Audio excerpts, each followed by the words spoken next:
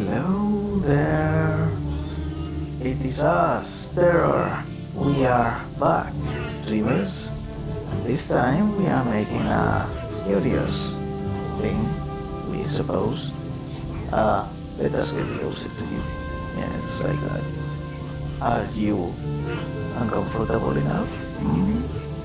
Are you? Anyway, we are talking today about Silver Blood and the latest development, notice, so to speak. So this is the... let us show you. Here you go. This is the first letter from the Silver and Blood team. Yes.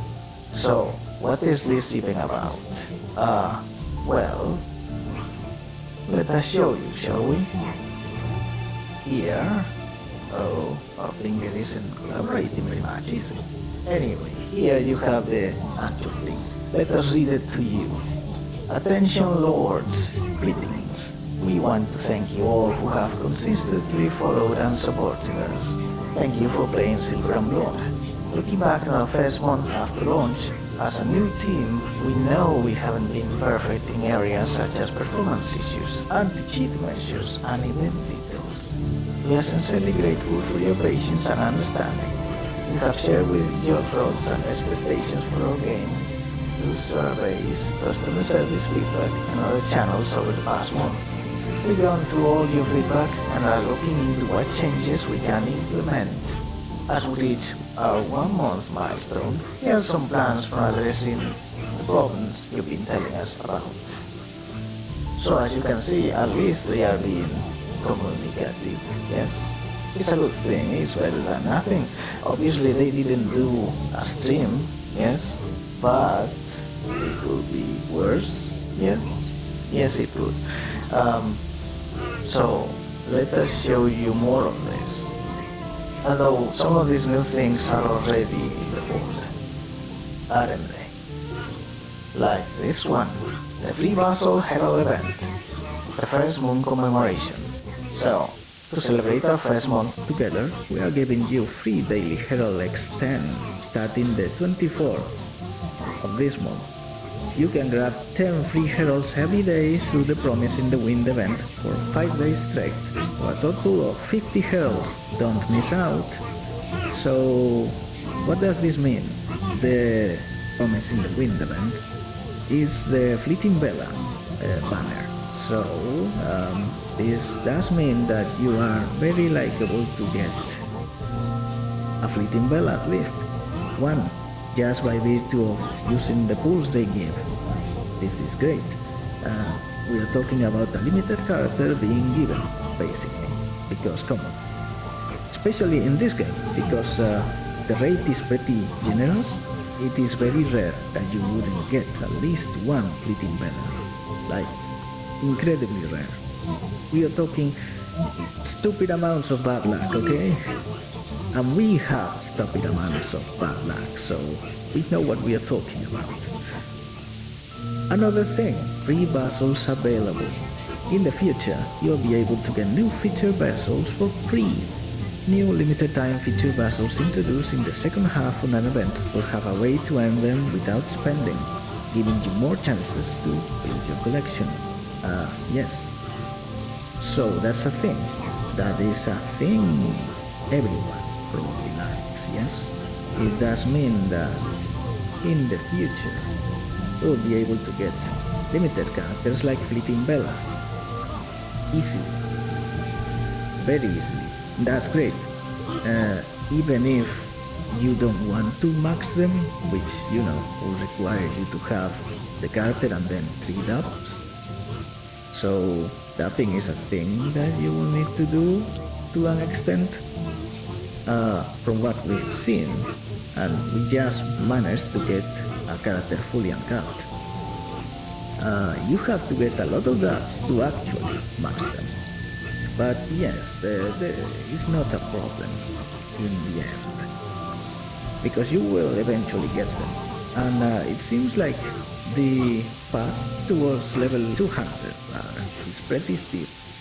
We are barely making it out to 120 right now, for example, but yeah, getting to 200 will give you well enough time to maximize everyone of you, at least uncap them, yes? Uncapping your main characters, you need at least 5, yes, for the transfusion system to work as intended.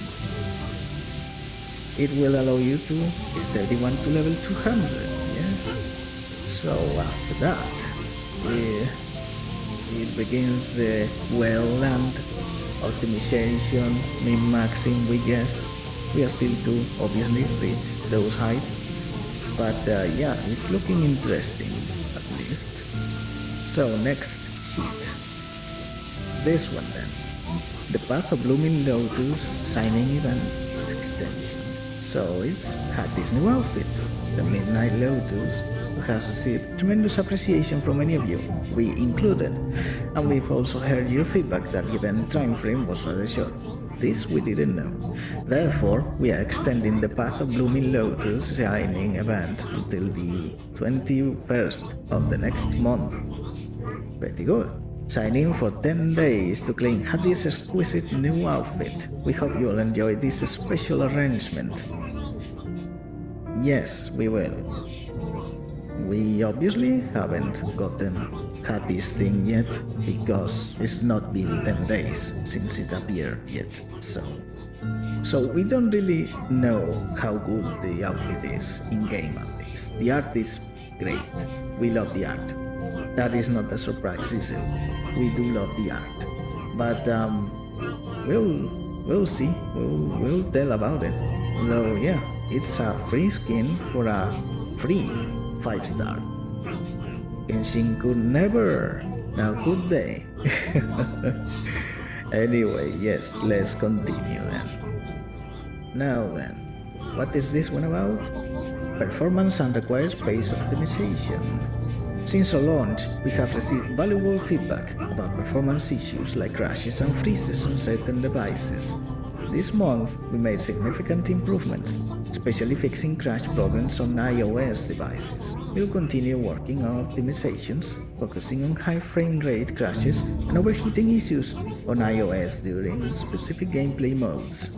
After our recent updates, we noticed that the game's storage requirements have concerned many players. Our team is working hard to optimize the installation package. We're developing better resource cleanup features to reduce storage use, aiming to deliver these improvements this quarter. Alright. What about this? It doesn't really concern us because we are not really using a phone to play this. Much less our iPhone, of course. So, yeah, we didn't know about all of this at all. We didn't. A friend did play this on phone, but from what we heard, the poor guy couldn't even really play. We don't really know because we are pretty sure we got there kinda late. Almost at the end of the... maybe at half the days. We don't know. We knew the game had launched, but we didn't get into it. Yeah, pretty sure it was at least a week past, maybe even near 2. So we came pretty late to the party. And yeah, we had problems with the resolution and things like that. So for example, our Let's Play is a little bit sad until chapter 5, where we fix those, and then the game looks rather more crisp. Anyway, let's continue. So what's this then? The anti-cheat measures optimization it is. Let's see. During our early launch period, various cheats and third-party tools appeared in the game. It took us considerable time to trace and address these cheating methods. and we sincerely apologize for the disruption this caused to your gaming experience. Since identifying these issues, we have been working specifically on improving our cheat detection and prevention systems. We have now completed most of this foundational work. Moving forward, we will implement enhanced anti-cheat measures in upcoming updates to respond more quickly to cheating attempts and maintain a healthy game environment. Or environment, depending on how you want to hear it. Anyway, regarding the sale and illegal distribution of third-party cheating tools, we will pursue legal action against such activities. Our goal is to preserve a fair gaming environment and protect the experience of all players, as you will. So, yeah, we don't really know what kind of cheating there is on this game. We are guessing maybe stat cheating and such, and manipulating characters and spirit siphons. And as for the third-party tools, they are probably things to make the game easier. We didn't use anything in-game, but we did see that there was a BP deficit calculator. But yeah, it's pretty important to have some anti-cheat measures, isn't it? Of course it is, yes. Anyway, what's this? Gameplay updates.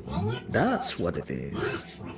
We recently noticed that some players found it inconvenient that puzzles with the same name could not be deployed in the same lineup. To address this, we made an adjustment in the hotfix update on the 23rd. Puzzles with the same name, such as Bella and Pretty Bella, can now be deployed together in battle. The much anticipated skill reset event will also return this August. Please stay tuned for more details in our upcoming announcements. In terms of gameplay optimization, we are excited to share that Quick Battle will be added to the Crucible, and the auto-clearance feature for Infinite Abyss will also arrive in August. For other features you care about, such as Tomb of the Fallen and Gauntlet, we'll continue to improve them step by step to enhance your experience. So, was there a skill reset event in the first place before? Because, well, obviously we don't know. Might have been part of the beta or something like that, yes? But yes, we are not sure about that one. Also, we are guessing, yeah, that's only going to be worth it. Well, it's probably going to be worth it for everyone because everyone has abandoned one of the characters, yes? So, we are guessing it's as simple as that. It will allow you to recover the materials you spend in characters to upgrade their skills. So the ultimate, basic attack, and the talent. Not bad, especially considering all characters evolve the same way, so they need the same materials for that, and that is pretty good, you know? Not many gacha do that, and it's very annoying. Very, very annoying.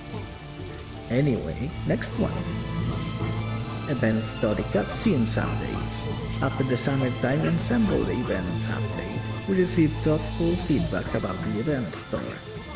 We are delighted that players have embraced our storytelling and cutscenes, sparking wonderful discussions about this event's narrative. Many of you have shared positive thoughts about the game's art style and suggested introducing to the story cutscenes, like visual novels.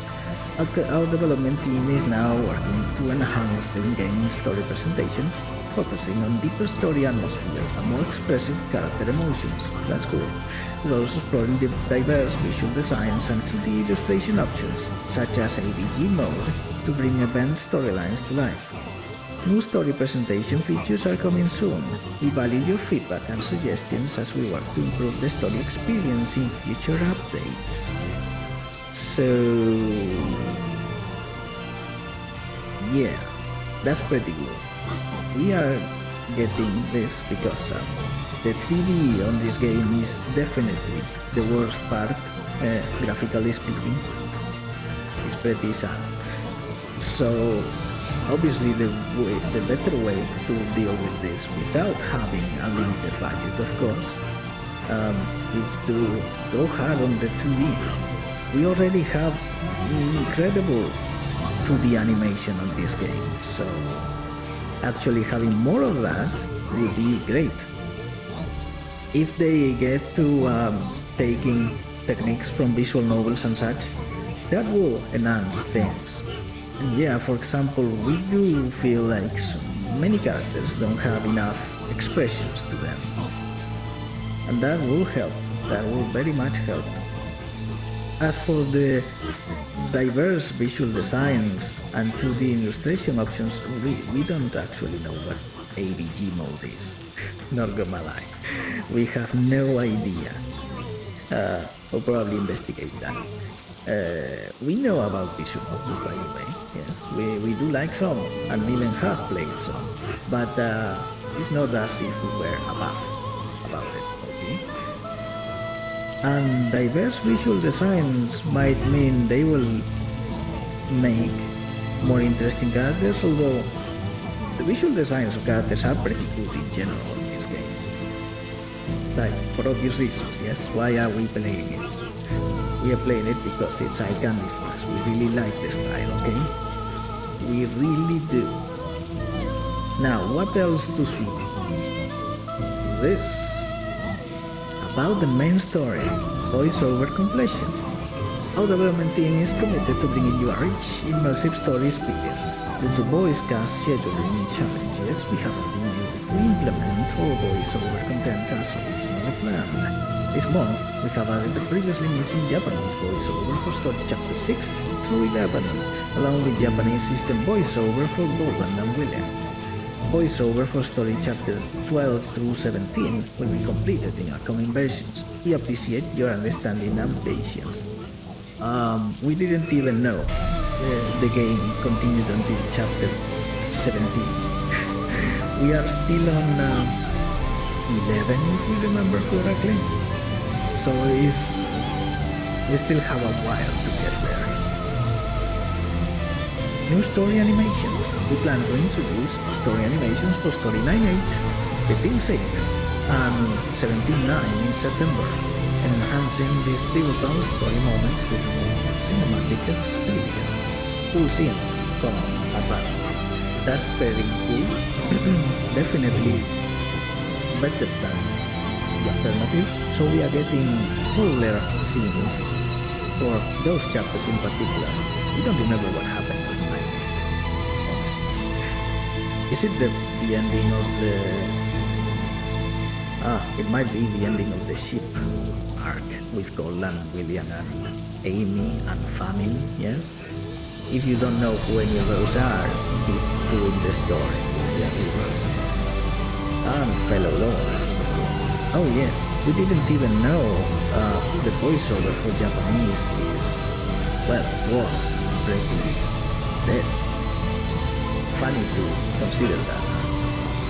Usually it's around here, or, well, Europe or America, who gets the dubbing absent, especially because of that whole disaster recently. It's funny because obviously we didn't notice this because we are playing in English with the English voice. Yes, we do like to play with the English voice as long as we can. Generally, it gets us more in the atmosphere of whatever we are playing or watching. Yes, of course, sometimes it's obviously impossible to get it into it as much without watching it in Japanese or some such, yes. Let's get to the last one. All of this covers the issue of Letter from the Silver Blood Team 1. As a token of gratitude, we have specially prepared this for you.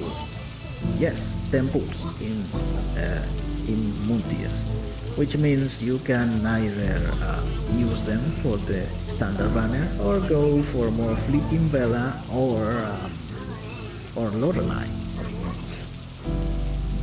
It's your choice, or to save them, of course. That's also a choice, although we don't really see point in saving pools on this game. You are just limiting yourself at that point. It's not worth it. Thank you for your passionate and sincere feedback. Your efforts help us make Silver and Blood better for everyone and drive us to keep improving. We will continue responding through our actions and optimizing gameplay to create more intriguing characters and storylines. Once again, thank you for your support. May you and your vassals enjoy greater adventures on the continent of my Nexus, Lords. Yes, this all comes from the Silver and Blood team. Nice thing to see from them, especially considering this team is pretty little, right? It's small, isn't it? And they are doing a pretty good gacha for that.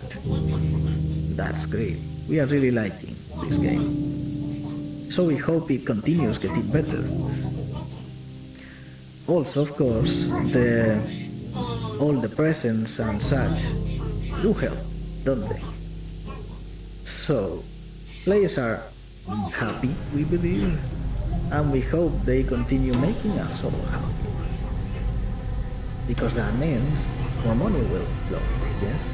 More whales will enjoy this, as well as non-whales, dolphins, and other marine biology and ecosystem, yes?